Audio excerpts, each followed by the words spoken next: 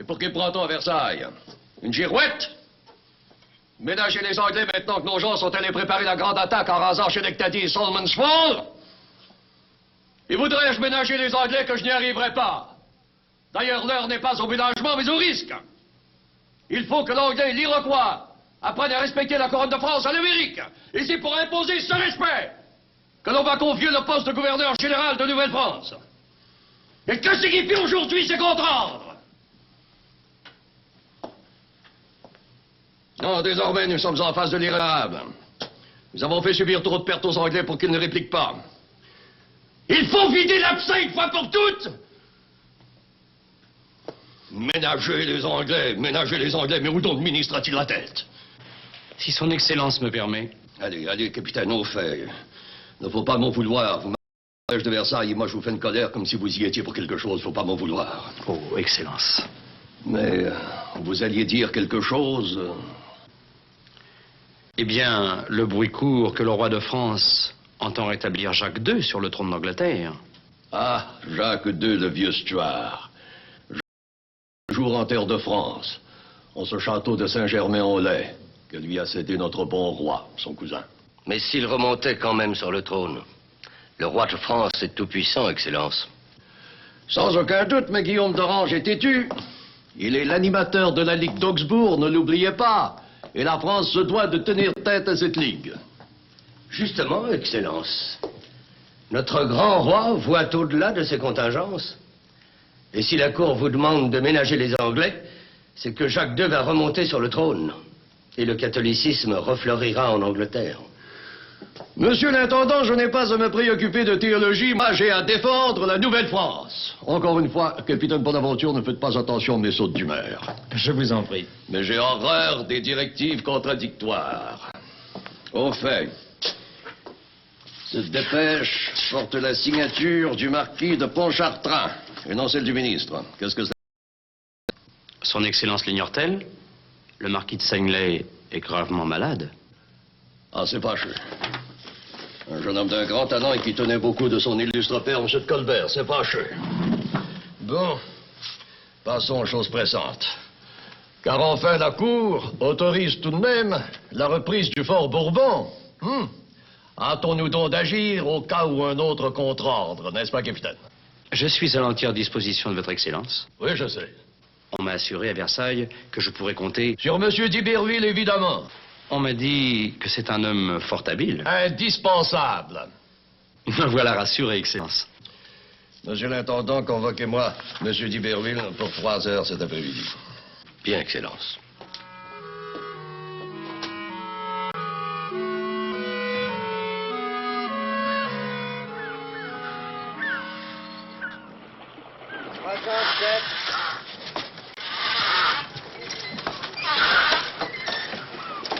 Il y en a pour garnir la grande cale. La soute au pain est étanche, on peut charger la farine. 38, envoie. Hé, là-bas, chargez la farine! Ainsi donc, monsieur, votre grand rêve se réalise. Vous allez rétablir dans ce grand nord les droits de la couronne de France. Fasse le ciel que vos prédictions se réalisent, Excellence. En un mot, je vous charge enfin d'aller prendre le fort Nelson au nom du roi. Oui. Comme vous voilà soucieux, monsieur d'Iberville. On dirait que cette mission ne vous tente plus. On dirait même qu'elle vous effraie. C'est qu'elle ne manque pas d'être risquée, Excellence. Vous m'étonnez. Du moins pour le moment. Est-ce que, de toute manière, vous n'êtes pas en train d'appareiller pour la baie? Pour ravitailler les forts. S'emparer du fort Nelson, c'est une autre histoire. Mais puisque le capitaine Bonaventure part avec vous... Et le Saint-François-Xavier, c'est un bon bateau. Je n'en doute aucunement. Monté par 30 soldats. Ah, ça... Que voulez-vous dire? Je le sais d'expérience, allez. Des soldats au pays des grandes froidures. Mais vous disposerez également de matelots sur les 2 navires. Des hommes fraîchement débarqués. Des hommes du Sud. La mer d'Hudson, ce n'est pas la Méditerranée, monsieur l'intendant. Pour peu, et vous allez nous dire que seuls les Canadiens peuvent s'aventurer sur cette mer-là. C'est pourtant la vérité. Il faut être un peu fou pour la braver. L'heure est venue d'y mettre bon ordre. Votre Excellence a raison. Capitaine, nous appareillons sans tarder. Je suis à vos ordres. Messieurs, mes bons voeux vous accompagnent. Excellence. Excellence.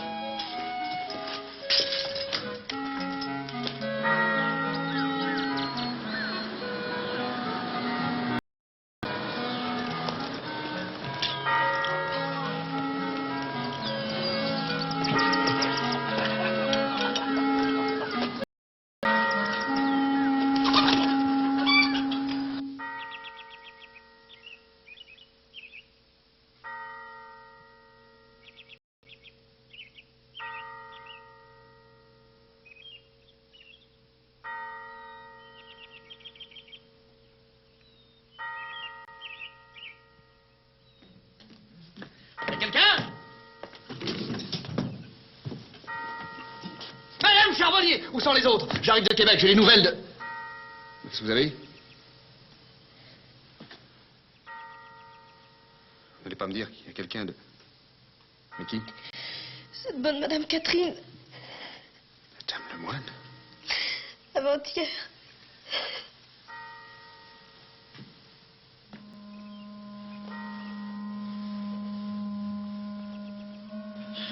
Eh oui, bien sûr, elle était malade.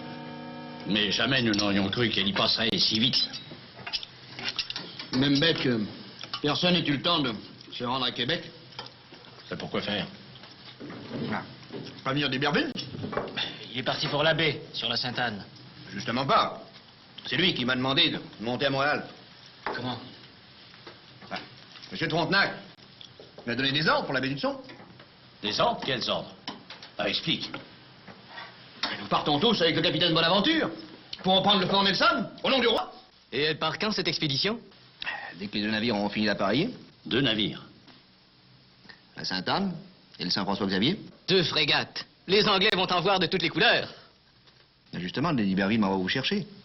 Toi, Sainte-Hélène, Sérigny, Jacques Lebert, Louis Charbonnier. Non, pas cette fois-ci.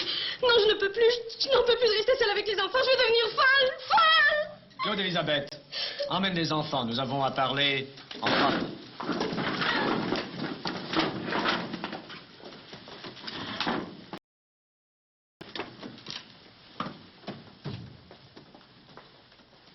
Ces pauvres femmes, il faut les comprendre. Elles vivent au bout du monde, toutes seules, en butte aux pires ennuis. Et il y a de quoi perdre l'esprit. Ces longs hivers, des vents à faire peur, et puis le silence, insupportable. Mais de notre côté, si Libreville a besoin de nous, il n'y a qu'une chose à faire, partir. Parbleu, c'est évident. D'Iberville a reçu des ordres de M. de Frontenac. C'est pas le moment de faire des histoires. D'ailleurs, la prise du fort Nelson va neutraliser les Anglais peut-être pour toujours. Seulement, des difficultés qu'il ne faut pas se dissimuler. Par exemple, toi, Sainte-Hélène, il me semble difficile que tu partes. Ben oui, il faut que quelqu'un reste pour veiller à la famille et aux affaires de la Compagnie du Nord. À moins que Charles, il est le plus vieux de la famille.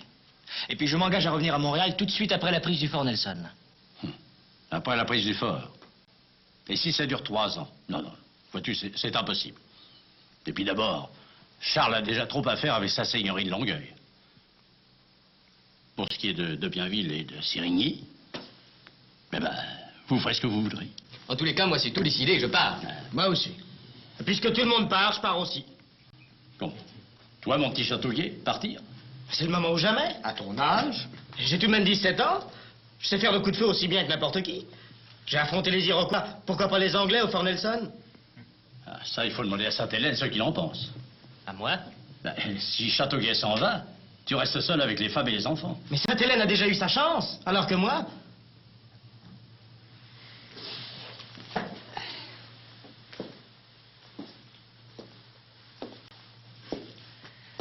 Tu l'auras, ta chance. Ah, je me rangerai bien tout seul.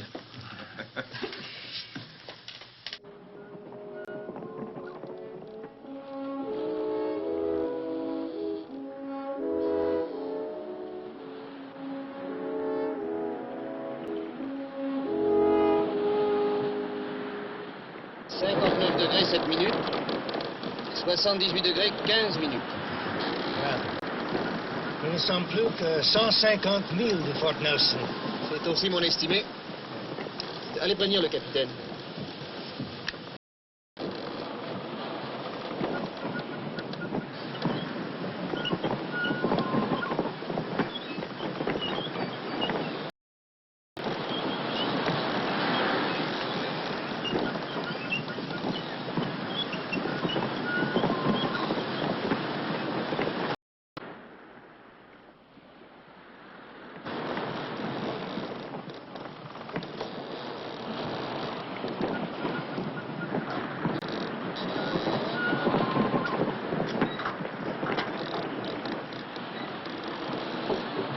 Bienville, trouve un bout et change de ce canon.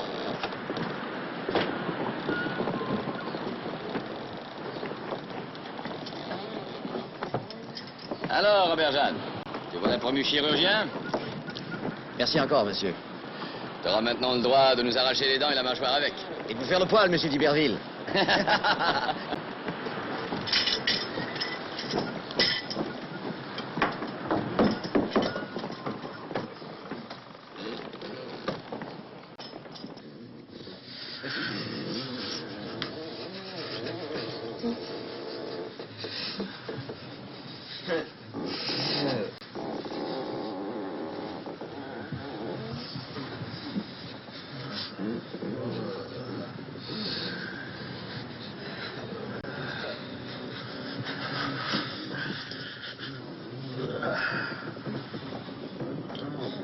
C'est le scorbut. C'est une drôle de maladie, j'ai jamais vu ça. 6 de mes hommes se tordent par terre comme des rats empoisonnés. Puis c'est pas tout. J'ai 10 autres de mes hommes qui souffrent de nostalgie. Complètement partis. Il n'y a plus personne au logis. Maladie de la mer, maladie du froid. Et il faudra bientôt monter à l'assaut du Nelson. Oh, mais il n'en est pas question. Il faut descendre à terre, établir un camp, se soigner et manger. Mais Sergent, vous croyez-vous donc aux Antilles? Comment? Mes hommes ont le mal de mer. Ah! Le mal de mer, ce qu'il faut entendre. Et nous voguons depuis 10 jours sur une mer d'huile. Je connais mes hommes mieux que vous quand même. Je vous dis qu'ils ont le mal de mer. Ah! Des fainéants, vos hommes. Comment? Des mauviettes. Des mauviettes? Qu'est-ce qu'ils sont venus faire sur la baie du Tson? Une promenade d'agrément? Je fais rapport, capitaine. Et je veux qu'on rapporte fidèlement mes paroles. Allons, allons. Ce n'est pas le moment de se quereller.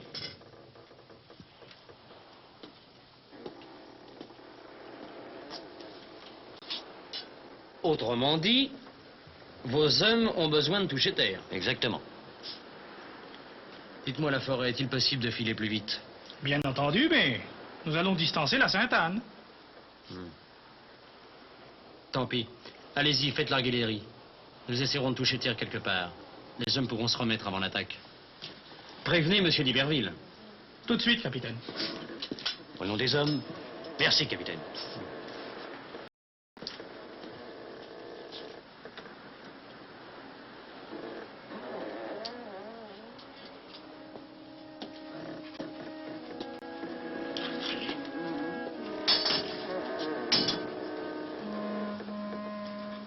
Jérémy, prenez bien note que c'est à cause des soldats qu'il m'a fallu prendre cette décision.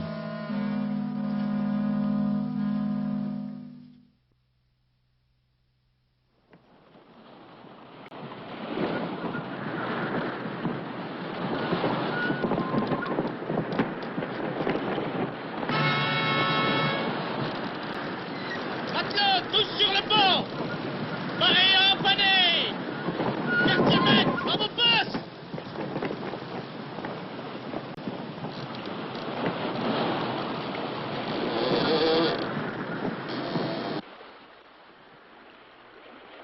Capitaine, le fort Nelson en vue et 3 Anglais embossés au vent. Qu'est-ce que vous dites?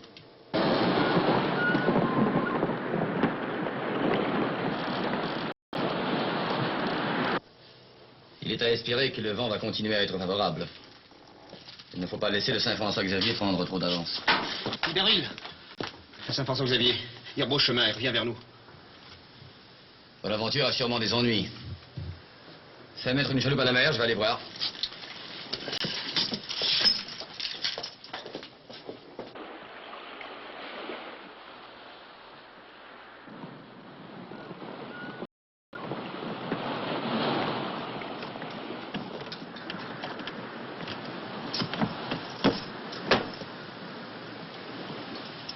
Que se passe-t-il? Venez, je vais vous expliquer.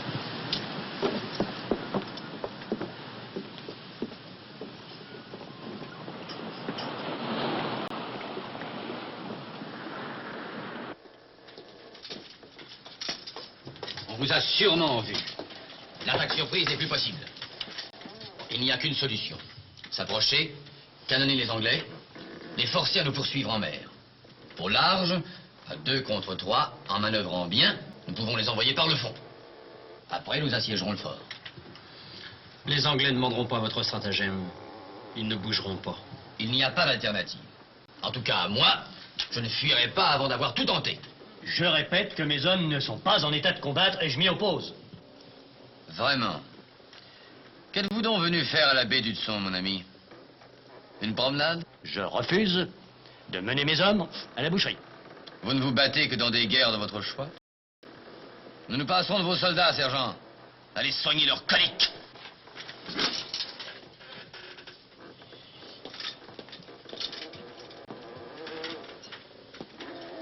C'est peut-être mieux ainsi. Il n'y a pas une minute à perdre. Il ne faut pas laisser à l'ennemi le temps de se préparer. Il faut foncer dessus à toute voile. Que vous en semble, capitaine? J'abonde dans votre sens, monsieur. À la grâce de Dieu, il vive le roi.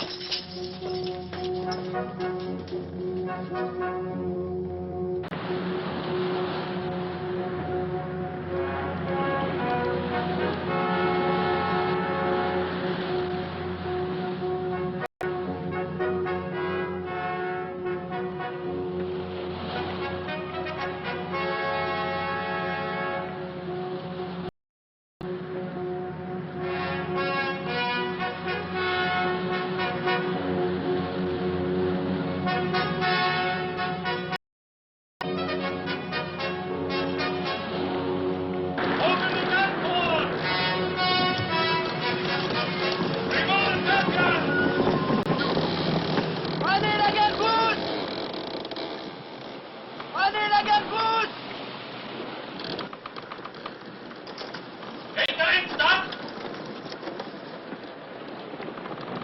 Rangez-vous sur les panneaux!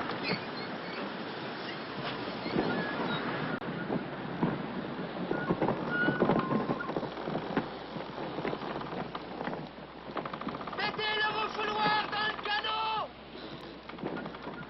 Prenez le boulet! Mettez-le dans le canot! Poussez le canot, ça monte!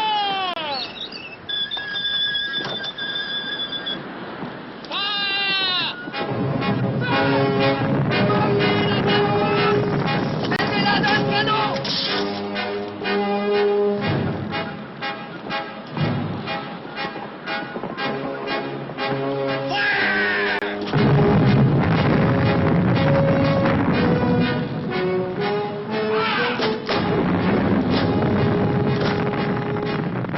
Mordez la gargousse!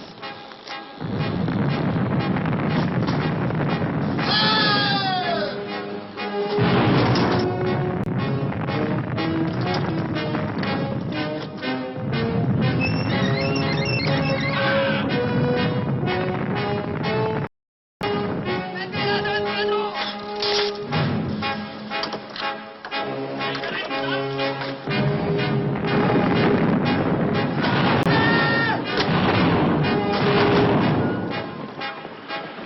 Prenez la gargousse! Mettez-la dans le canot!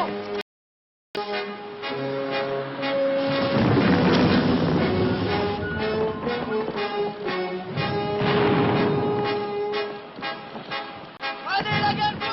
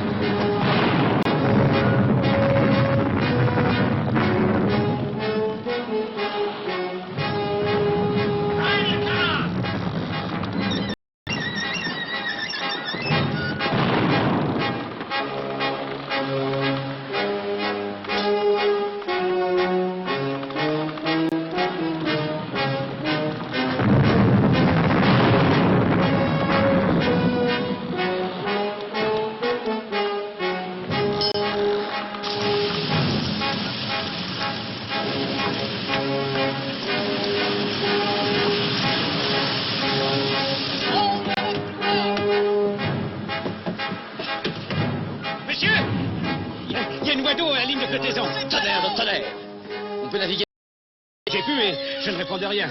Je suis mal placé pour donner des conseils. Mais je crois que les Anglais ne tomberont pas dans votre piège. C'est bon.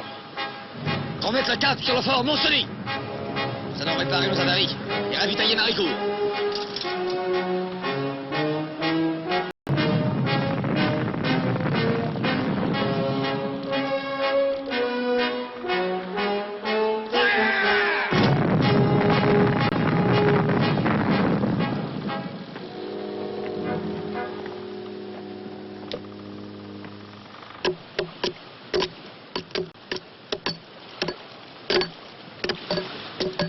Nous autres, les Français, nous avons des manières. Nous visons toujours la mature. C'est net. Tandis que vous l'autre, vous frappez toujours en dessous de la ceinture. C'est la coque que vous visez. C'est que les Anglais ont des vaisseaux à remonter que vous. C'est un échec. Mais ce n'est que partie remise. Pourtant, la tactique était bonne. L'incident m'aura appris une chose, c'est qu'il ne faut jamais présumer de ses forces. Même pour plaire aux grands. Que comptes-tu faire maintenant? Rentrer à Québec aussitôt que le Sainte-Anne pourra reprendre l'eau. Il va falloir organiser une autre expédition. Avec le capitaine Bonaventure. Cette fois, on réussira. Nous sommes avec toi. Écoutez, maintenant que notre mère est morte, il n'y a plus rien qui nous retienne à la terre. Nous allons porter la crainte et le respect chez l'ennemi. Et l'Anglais n'a qu'à se bien tenir. Vive le roi! Vive le roi!